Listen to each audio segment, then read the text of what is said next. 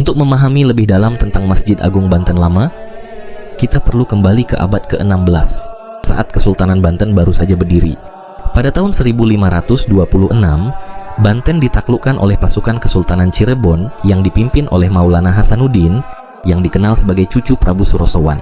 Maulana Hasanuddin yang juga merupakan putra Syarif Hidayatullah atau Sunan Gunung Jati kemudian menjadi pendiri Kesultanan Banten dan dinobatkan sebagai Sultan pertama pada tahun 1552. Dalam kepemimpinannya, Sultan Maulana Hasanuddin memutuskan untuk membangun sebuah masjid yang menjadi pusat kegiatan spiritual dan sosial bagi masyarakat Banten. Antara tahun 1552 hingga 1560, beliau memulai pembangunan Masjid Agung Banten Lama. Masjid ini tidak hanya berfungsi sebagai tempat ibadah, tetapi juga sebagai simbol kekuatan dan kejayaan Kesultanan Banten. Pembangunan masjid ini melibatkan arsitek-arsitek terkenal dari berbagai daerah, termasuk arsitek lokal dari Demak serta arsitek Tionghoa bernama Cek Bancut yang diberi gelar Pangeran Wiraguna oleh Sultan.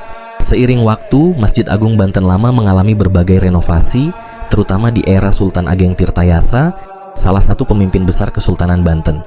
Pada masa pemerintahannya, Sultan Ageng Tirtayasa melibatkan seorang arsitek asal Belanda bernama Lucas Cardel dalam renovasi masjid. Sentuhan Eropa dalam arsitektur masjid ini semakin memperkaya karakteristik bangunan, menjadikannya sebuah cerminan akulturasi budaya yang sangat unik di Indonesia.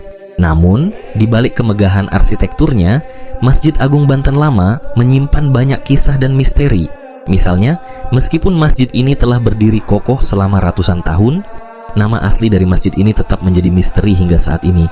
Tidak ada catatan sejarah yang dapat mengungkapkan apa nama asli dari masjid ini. Bahkan, sebutan Masjid Agung Banten Lama yang kita gunakan saat ini hanyalah sebuah penamaan modern yang tidak terkait dengan nama asli yang pernah ada. Selain itu, masjid ini juga menjadi saksi berbagai peristiwa penting dalam sejarah Banten. Di masa lalu, Masjid Agung Banten Lama menjadi pusat kegiatan dakwah Islam di wilayah tersebut. Sultan Maulana Hasanuddin sering kali mengundang ulama dan tokoh-tokoh agama dari berbagai daerah untuk berdiskusi dan bermusyawarah di masjid ini, menjadikannya pusat intelektual dan spiritual yang berpengaruh di Nusantara.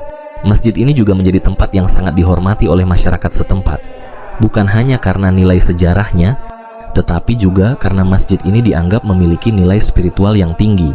Banyak peziarah dari berbagai daerah, bahkan dari mancanegara, datang ke Masjid Agung Banten Lama untuk berdoa dan merasakan ketenangan spiritual. Masjid ini terus berfungsi sebagai tempat ibadah dan menjadi bagian penting dari kehidupan religius masyarakat Banten hingga hari ini.